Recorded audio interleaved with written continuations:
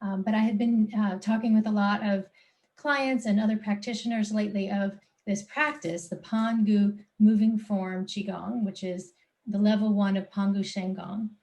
And this practice, as many of you know, has changed my life. I know it has saved my life in probably a few different ways. So it's the foundation of everything that I do with my clients in my life. It has helped me access the teachings of my faith in a deeper way, and helped me connect to other people in deeply compassionate and loving ways, and helped me heal relationships. And now I help others do that as well. And I feel very blessed to have this practice in my life. And sometimes I hear from people that it's hard to do.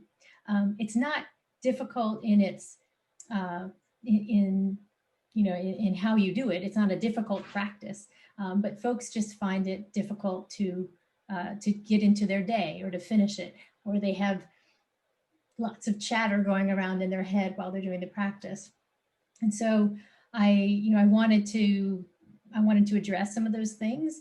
And for those of you who've been practicing a while, I wanted to encourage ways for you to allow the practice to support you even deeper. Things that I have learned being a student of Master O. So Qigong Master O Wen Wei. Again, I'm not sure if there are people on this call who don't know this practice. So I might tell you things you already know. I've been an advanced student of his since, I've been an instructor since 2013. I learned the practice in 2012 and study with him several times a year. And it's been an honor to be able to do that. And it's really helped me, like I said, go deeper in my own spiritual practices, and to understand how healing can begin and how we can continue to evolve. 1 second, the dog is still at my door. 1 second, he keeps scratching. And then he walks away. Okay, he gave up. I apologize for that. So what I wanted to say first is that when I first learned this practice, I learned it from Master O when he came to my town that I live in now in North Carolina. And the practice is very simple, as many of you know. What you actually do is very simple, very easy to remember. It's not complicated movements. It's also a very forgiving practice, meaning if you lose count, if you do a piece of it incorrectly, it can still work. However, all of the pieces in it are in there for very deliberate and specific reasons. All Qigong has the original intention of balancing yin and yang energy in the body, the essence of all things. Some practices get at that in a different way, and so they look very different from Pangu Shengong. If you go online, if you've seen other Qigongs, they look different than this one. However, this one is considered to be a very advanced form of Qigong, which is why it carries the name Shengong, Pangu Shengong. It is deeply rooted in Taoism, which you may or may not care about. Towards the end, I'll go a little bit more into that and how you can, what are the reasons that we sometimes get stuck with it and how we can do more. And that being said, I do want to let you know that from the bottom of my heart, I wish for you to be able to take this practice or take whatever practices that support the heart and soul healing, the body healing. And I hope that you can integrate them into your life, as I have found that this practice is especially good at helping the other things that you're doing work. And I have no judgment if you have found this very hard to do, or even if you have a lot of resistance to the things that I say today. And I hope that if that is happening for you, that you'll reach out to me and we can talk about that. it is, yes, it is. All of this is just a sincere wish that that you have a practice in your back pocket that could quite literally catapult you to other things.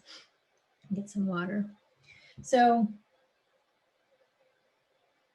the other thing I want to say before I dive into what I had planned is if you have questions or things that have been on your heart about the practice or about something that I say, please put them in the chat. And there's a chat button at the bottom of your screen probably, or if you're on your phone, there's a button at the bottom that says chat. At the end, if we have time, we can unmute and you can ask your question, but if you can put it there as we're going, that's super great. So as I have been talking to students of mine and other students of Master O's and other teachers, one of the things that I hear most often is that people seem to feel a lot of resistance to doing the practice. And they want to do the practice. They understand that other people have had amazing shifts in their life, have healed very difficult conditions, relationships. However, they themselves cannot get it done, or they can't get it done on a regular basis. And I hear this so often that I figure that it's worth addressing right now.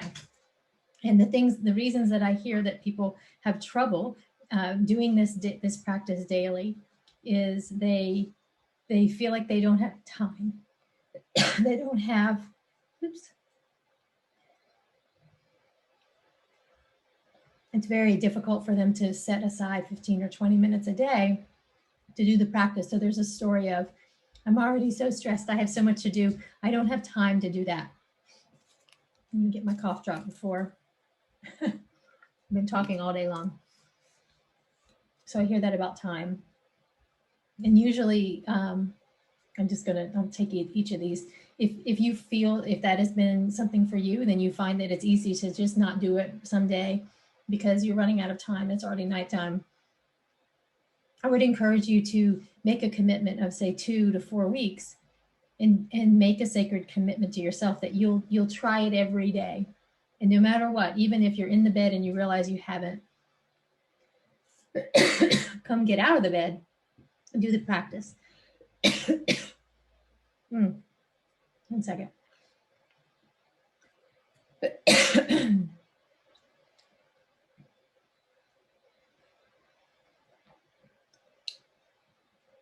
I think the chi is asking me to slow down.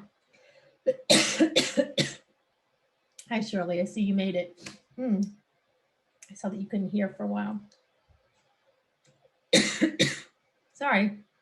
Okay. So the resistance where it comes to time, I would encourage you to set a period of time where you make a commitment to see what happens if you do it every day. The resistance where time is a reason that people can't get it started, or they don't get back to it, or they cut it out of their life because they're too busy, is usually about something else, which we'll talk about in just a bit. So we'll get to those other reasons. If it really is about time, you just can't find 15 minutes. I say to folks, if you can't find 15 minutes in your day, then you absolutely must find 15 minutes, because if your day is that full and that busy, that indicates that other things are quite out of balance. And this practice can help you see where there may be extra clutter in your calendar or in your relationships, in your house, in your household things. The other reason that people give me as feeling resistance to doing the practice is that they have doubt that it's actually working, or that something is so simple to practice can actually work. They may doubt all Qigong. Maybe they don't really feel the Qi in their hands. They don't feel it every time. And if this is you, or you felt this before, I invite you that when you notice those days that you're having doubt, is it really going to make a difference if I do this practice? That you instead of needing to know the answer to that, will this help me? Is this helping me? I would invite you just to do the practice as a moving meditation with no attachment to whether you get something from it or not. In fact, doing the practice always with a broad heart, with a wide open intention. May I be free of suffering. If you dedicate to other people, may they also be free of suffering. Broad intention, instead of like, fix this thing, help me get a better job. Those are narrow intentions. Broad intention. If you can do the practice without attaching an outcome to it, if this doesn't work in 2 weeks, I'm out. If I'm not completely healed in 2 weeks, I'm out. When we come to it with a lot of narrow expectation, our results get narrowed as well. So, digressing from the doubt piece, when you do the practice and you're noticing that you have doubt and you choose to do it anyway, see if you can just invite in this time, I'm going to take 15 or 20 minutes. I'm going to be as calm as I can. And I'm going to do the practice as a moving meditation. And that's it. No expectation for anything to happen, for you to get anywhere. Just do the practice. One of the wonderful things about this practice that I have certainly learned over time, and I've seen many other people have similar results, is that this moving form practice and the other practices that go along with it, they will support our body in balancing and in harmonizing in spite of us. So what I mean by that is, another bit of resistance I hear from people is, I just can't stop my brain from thinking. I can't, I just feel like I'm not calm enough to practice. Like I've been too riled up lately. And so because in the instruction, you probably learned that we should attempt to be as calm as we possibly can when we practice. Say the password to open the practice. And so if you are not feeling so calm, or if you're angry, or if you're having a lot of grief or guilt, if you're just feeling in a way with an emotional feeling that feels very sometimes people feel like I'm not good enough to practice now. I'm not calm enough to practice now. And I would invite you to also set that belief aside. The practice is designed to be forgiving. It's designed to work in spite of us and where we are right now.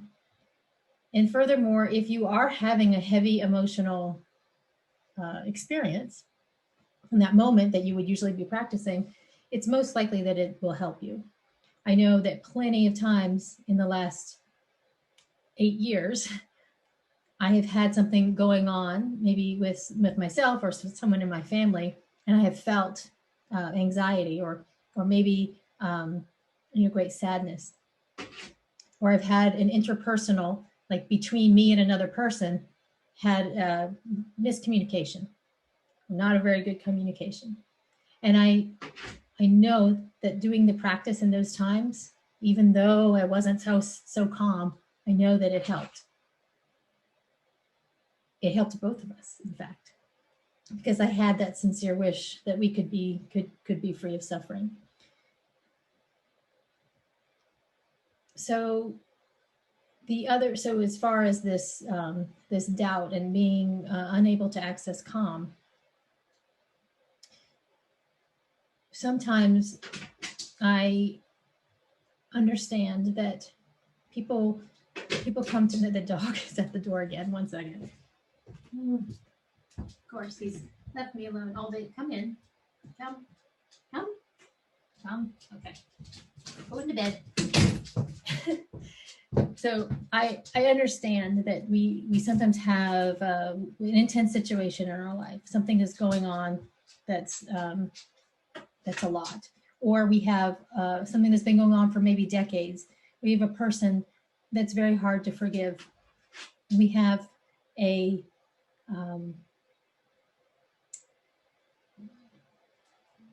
maybe there's someone in our life that we have found it very difficult to be kind to because of the way that they've treated us.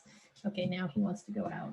This is too funny. He wants the chi, too much chi. Okay, look, friend. Okay, out you go. Andrew, keep the doggy, please. Okay. Hi. Okay. So because either these things have happened to people or they have done something that they judge to be so heavy, or they regret so much, that they begin to feel like the practice can only take them so far, can only do so much for them, or they maybe even there's some self-worth in it as well. So this is heavier, right, for me to say this, but I've run into it enough that I felt like it was worth mentioning here. So sometimes, and sometimes there's even some fear about what might happen in your life if you get stronger. What might that mean?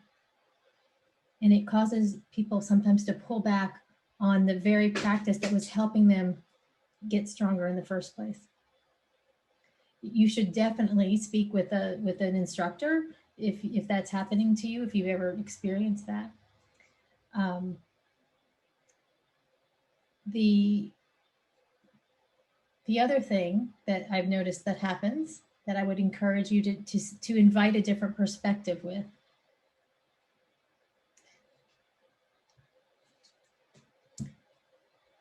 is that the password that we say when we open the practice. Take kindness and benevolence as a basis. Take frankness and friendliness to heart. And the last part, speak with reason, treat with courtesy, act with emotion, accomplish results. Within those words, this is the guidance to connect to those words as best you can when you begin to practice. Master O encourages you to take those words with you throughout your life and to live those the best you can. Sometimes there are places in people's lives, as I was mentioning before, that they have felt that it is too difficult to do those things, to take kindness and benevolence as basis, take frankness and friendliness to heart, especially that part. Maybe it's for one person. Maybe it's too difficult to apply those words to how we speak to ourselves. And even though people are practicing, and they're practicing regularly, so among people who practice regularly, they realize that they have this place. There is this person. There is this group of people. There are the words that you say to yourself. And it becomes very difficult to bring that disconnection with the password to what you're experiencing into a place of harmony. And there are many things that you can do about that. Like Master O would say, practice more, see what happens. And I would say that as well. I would say also you can seek support from people who are good at supporting changing of emotional states, of healing emotional states. Learn the non-moving form, incorporate that as well. But before you even take action, there is great personal power, empowerment in recognizing that there is a space that you have resistance to what those words are. Take kindness and benevolence as a basis. Take frankness and friendliness to heart.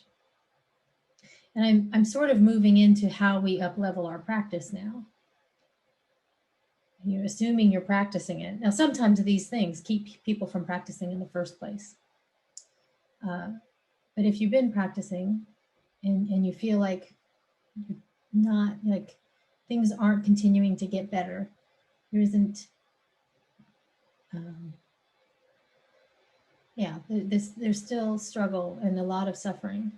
Now, of course, the suffering that we experience in life is there for a reason.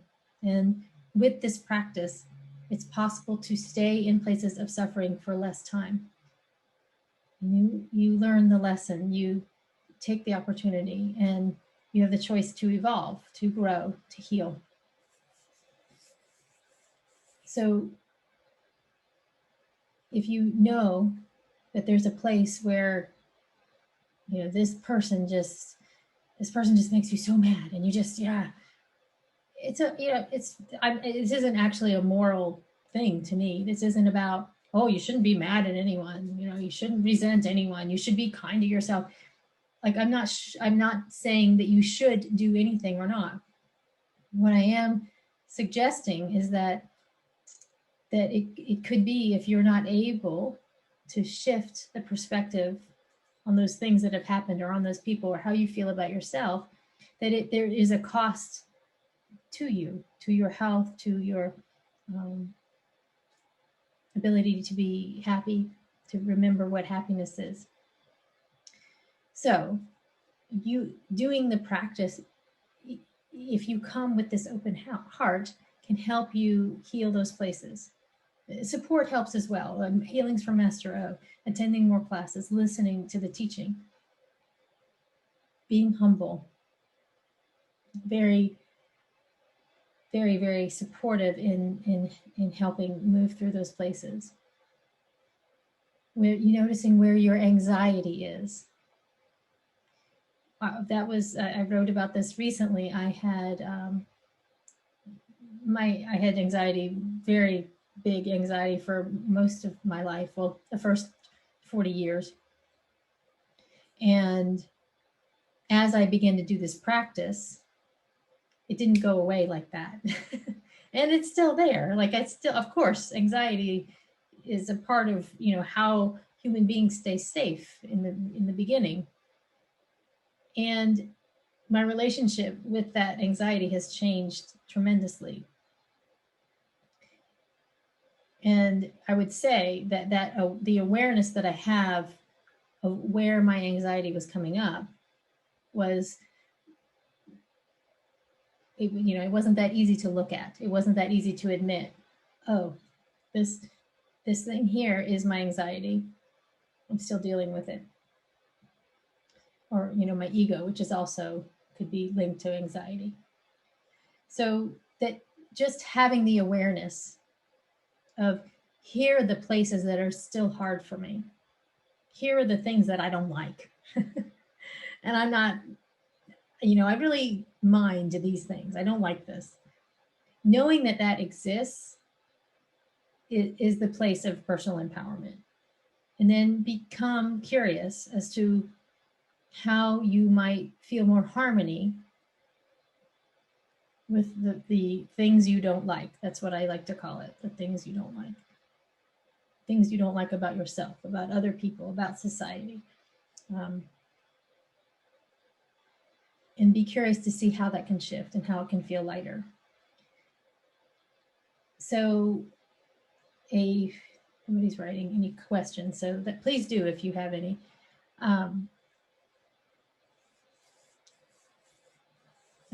About a month, I'm not sure how long ago it was, a month and a half ago, someone had posted in the Pangu Shengong Facebook page, asking a question about dantians. And so if you have ever practiced any other Qigong or Tai Chi or Chinese medicine, you learned about the lower dantian, the middle dantian, the upper dantian. And in many Qigong practices, these concepts are incorporated and they are a big part of the practice.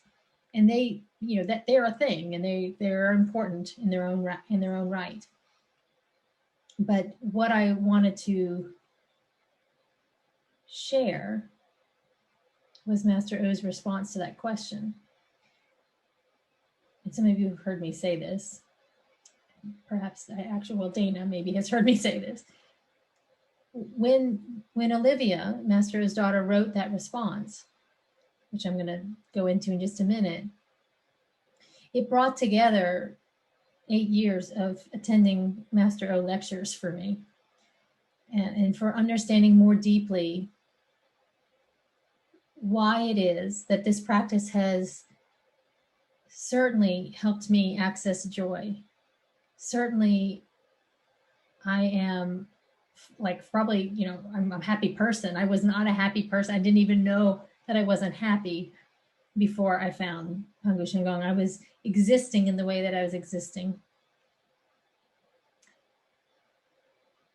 My health, though, understanding why does this practice help my health so much?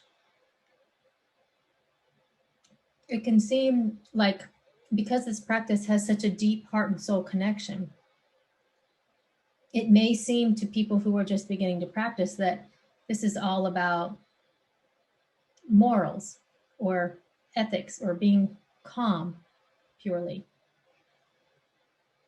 And that is a giant part of it. It's one of the reasons this practice is so powerful, and probably one of the most powerful Qigong on the planet. It's the most powerful thing I have encountered for sure.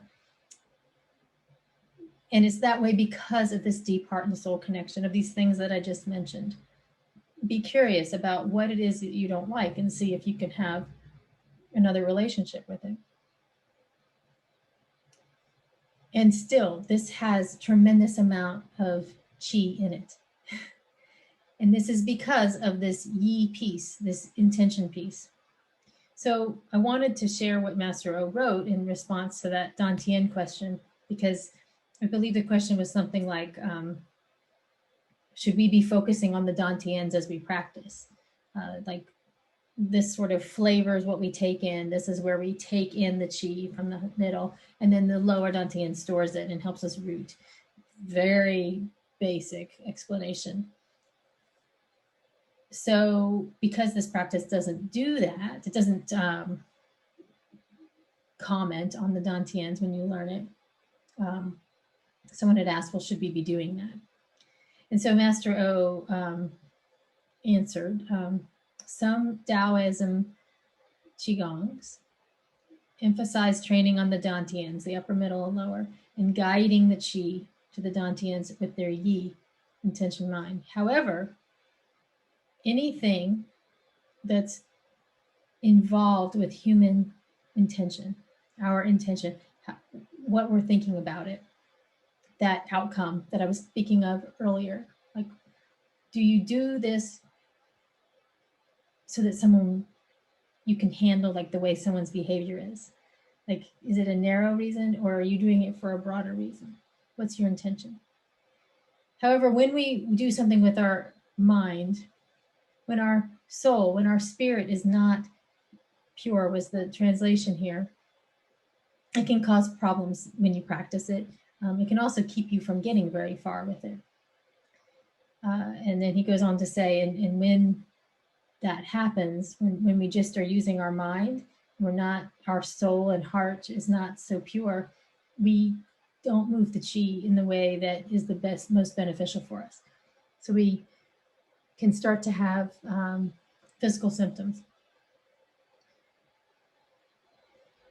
So he goes on to say, in more advanced Taoism Qigongs, they don't emphasize this training on the Dantians.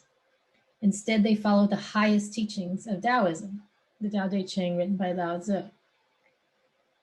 And so you don't have to study the Tao Te Ching to understand this, but ultimately the highest teaching, very significant teachings, are be still, do nothing, rather than doing something. Like, have time when you just are still, do nothing. Just be. And the other teaching is to let your heart, let your mind be emptied and free of antipathy, deeply, quietly humble, have steady, unwavering calm. So for those of you who read Chinese, I have that on my wall back there. I asked Master O to do that for me when he um, wrote the Cultivating the Heart song. And he spoke for 45 minutes on those 6 characters, which I, because he spoke for that long, I know there are more words contained. He explained these characters basically. And that summary is, let your heart be emptied, be free of antipathy, of judgment,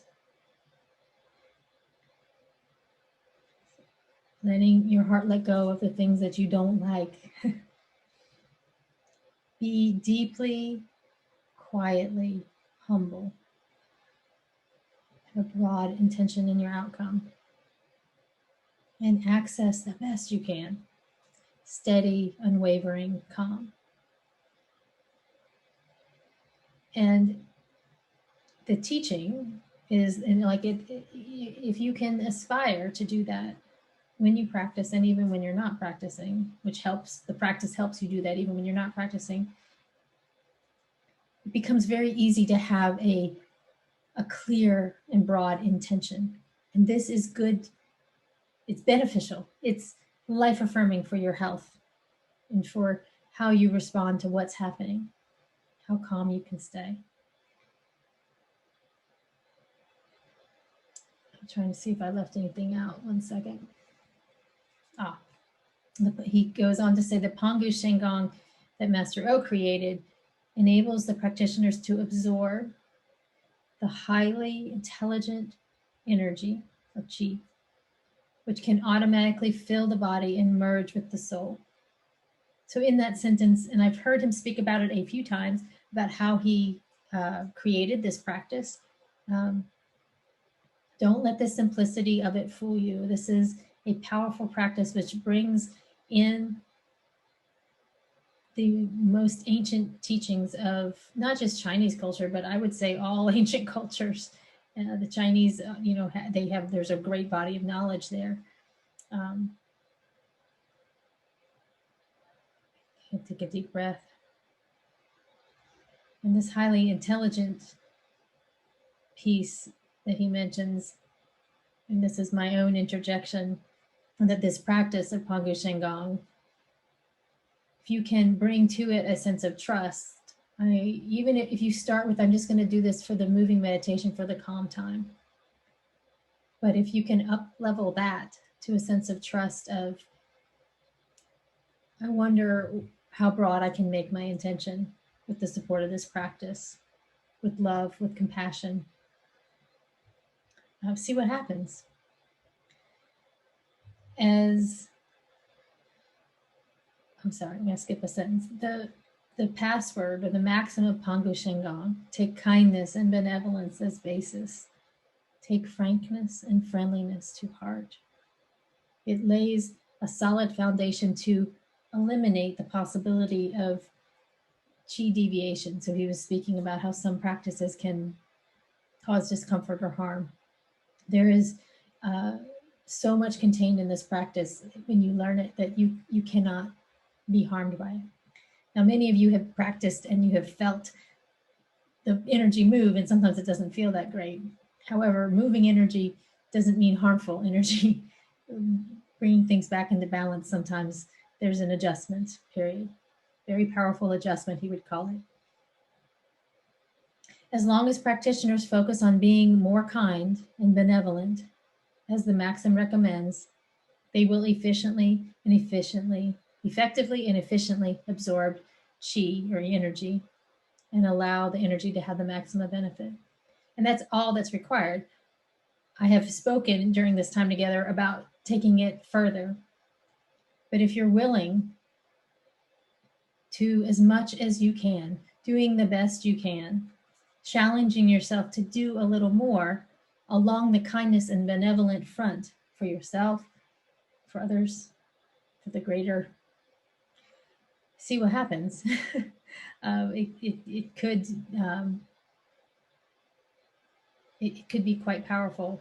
I was speaking with a client today that I've been working with for a couple of years. We don't speak that often anymore. She practices, and she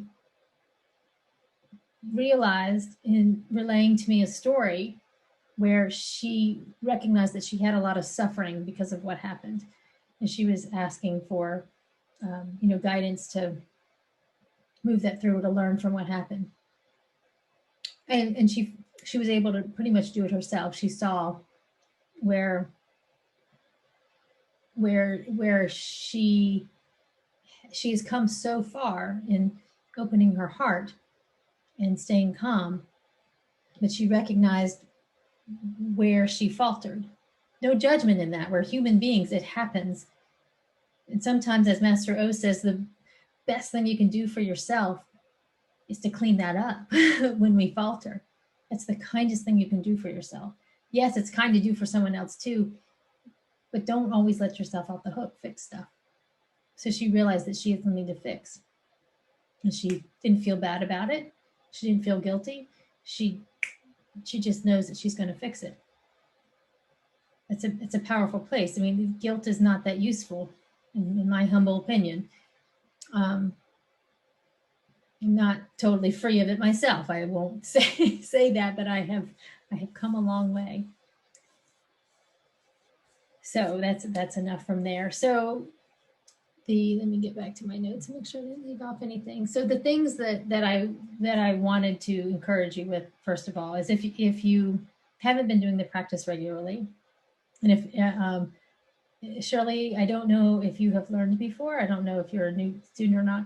I think everybody else maybe has, but this practice, for whatever reason you came to it, to help others, to help yourself have less suffering, to suffer shorter periods of time, to get your health back, to heal relationships, to heal emotional trauma, whatever your reasons are.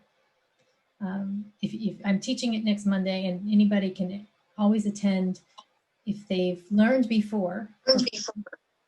What's that, Shirley?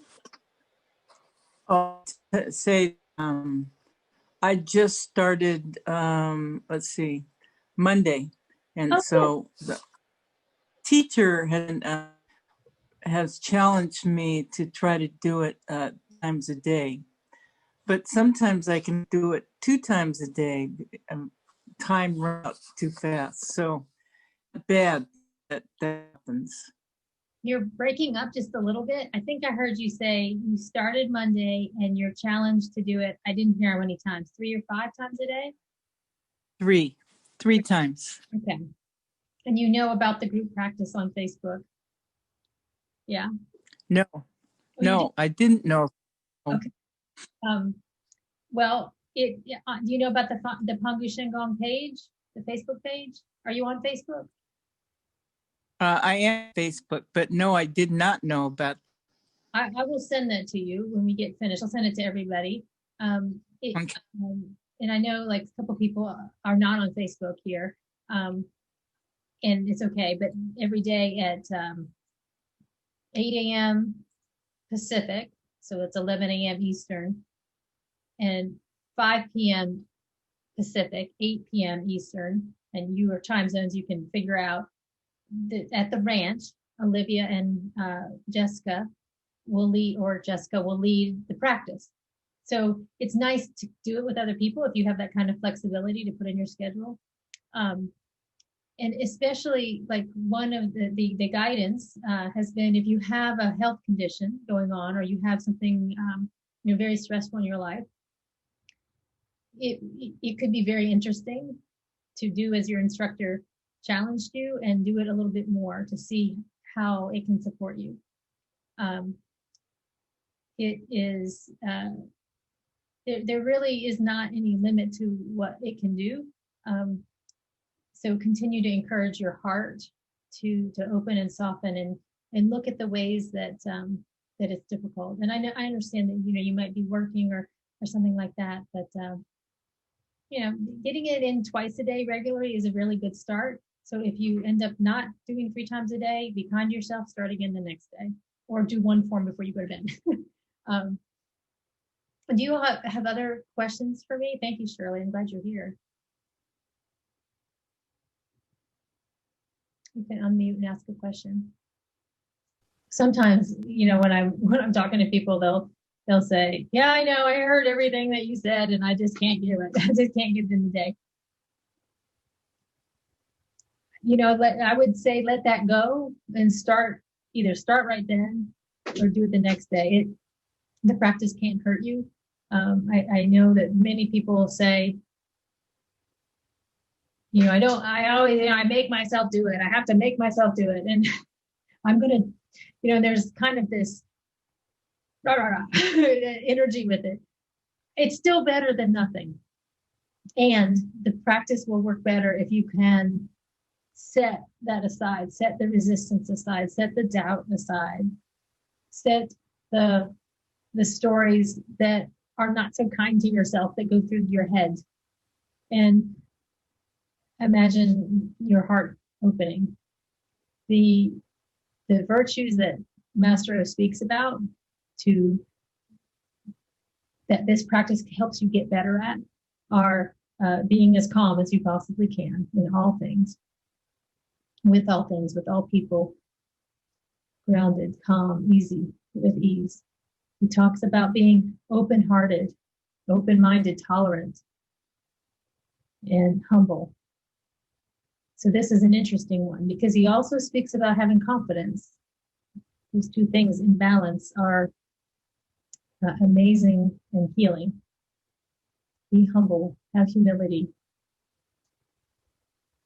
persevere, work hard at things, stick with things that you feel like that are on your path, and then be diligent. Do those things carefully and with care. Whatever it is, whatever your choice is, you can apply those words to the practice. But as you take those things out into your life, it's the buffer and the resiliency, the ability to bounce back that it can provide with doing it. You have like as I say when I teach, almost every time I teach, this will only help you if you do it. And I know that I can't make anyone do it. I can't beg them to do it, and no one will beg you to do it. I don't, it is everybody has their path, and I know that if you're willing to do this more, it will bless your life. I won't say any more there. So, does anybody else have any questions? And I thought it's about 10 minutes till the top of the hour, and we can do a practice. I was going to play the music and do the practice at our own time, on our own, at our own pace. But if you really want me to use the Master O practice music, I can do that as well. Or if you just want to call it a day, that's lovely also. Does anybody else have any questions? And actually, I think Terry, Terry and Dana, you guys are both instructors, and maybe some of the others are. Is Terry still here? If you have anything that you want to share about teaching people, that you are welcome to do that. Yeah, so I just told them, so sorry, there's a Maggie and, there's Amelia and Maggie. We three of us from Australia. Yeah. Three of us are instructors, but I really need to learn from you. So yeah, so it's great that we can join this meeting. Thank you so much. You are so welcome. I so enjoy connecting with you on the Facebook page. Thank you for being here. And it's Amelia. Got a lot to. Yeah, Amelia and Yonghua Liang. That's Maggie Liang. Oh, Maggie. Okay. And glad you're all in Australia. Yeah. Okay. Thanks. Does anybody else have any questions? So I will share this out to the people who register. There were about 17 or 18 people, and you can listen to it again. I hope it was helpful. I just felt like sharing my perspective. Some of you who have worked with me have heard me, and who are going to get the recording have heard me say a lot of this before. Would you all? I'm going to go ahead and practice because I practice a lot, and I could stand to do a practice. If anybody is going to stay, can you let me know if you want me to play the music or if you feel okay doing it by yourself? I'll put on the music. You put on the music. Okay. Thank you. Put on Master of Singing or the practice music? The practice when we practice then. Yeah.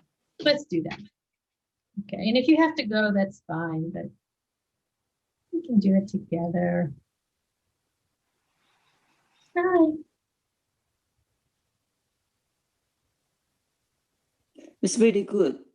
I just need time to digest what you say. I hope I didn't speak too fast. Plus the English as well, yeah. I was trying to slow down. Sorry. No, that's why I need to listen more. Thank you for the meeting. Thank you. Okay.